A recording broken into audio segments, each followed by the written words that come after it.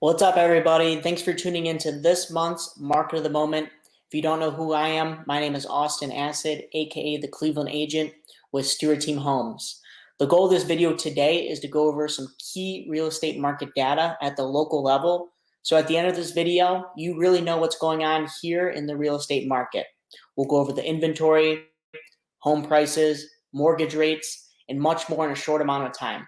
So let's jump right into things and get into the current inventory at the real estate market. So taking a look at this graph right here, it is within the past 2 years, and the light green bars to your left is the amount of homes that are up for sale. The dark green bars is the amount of homes that are sold. The red bar is the amount of homes that are pended and go under contract, and the blue bars is the number of new listings that come onto the market. And as you can see, the past 2 years, we had a decline in the amount of homes that came up for sale. And of course, real estate's seasonal. So as you head into the winter months, it goes down. And as you get into the warmer months, it tends to go upwards. So for the amount of homes that came up for sale as new listings, since last month, we had an increase in 2%. And in total, for the amount of homes that are available, that was an increase of 23.1%. The amount of homes that sold were around 6,000. That stayed about the same.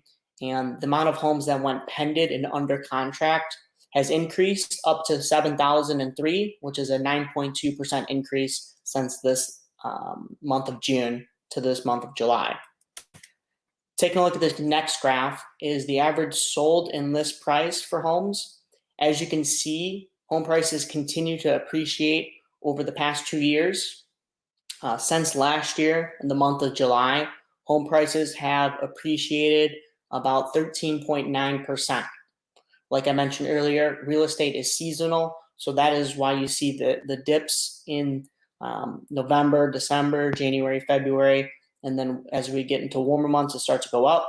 So as we tail off here, we're in about the middle of the year. As we're getting into August, September, again to the fall and winter months, home prices can drop down a little bit. But, like I said, real estate's seasonal and the amount of buyers that enter the market is typically less. Taking a look at this graph right here is the average price per square foot.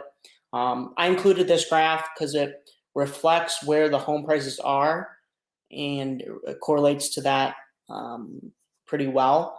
Right now, since last year, average price per square foot has increased about 16.8%.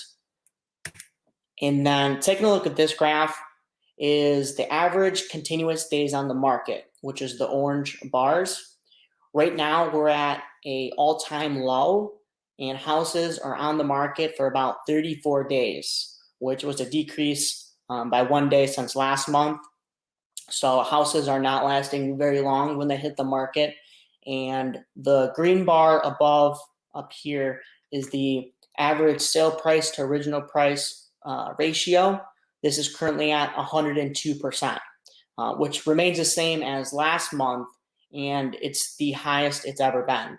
So if a house is listed at 100,000, that means on average the sale price is 102,000.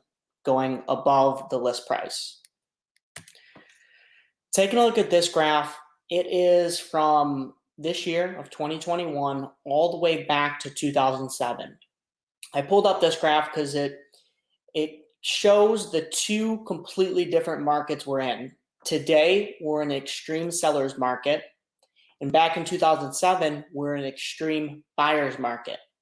Today, we have an undersupply for amount of homes that are available to choose from. And back then, we had an oversupply. Okay. So because we had a complete different market, when supply, think about economics, supply and demand. This is what ultimately drives the prices for homes. And the previous instance when we had a decrease in home prices is back in 2007. And as you can see, this is because we had an oversupply for the amount of homes that came up for sale. In August 2007, we had 43,842 houses available up for sale, 4,755 that sold.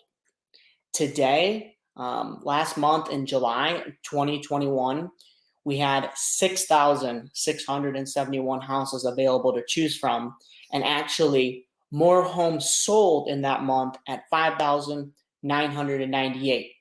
So as you can see, I pulled this up to show you what the two completely different markets we're in from today, a seller's market, to 2007 when we were in a buyer's market.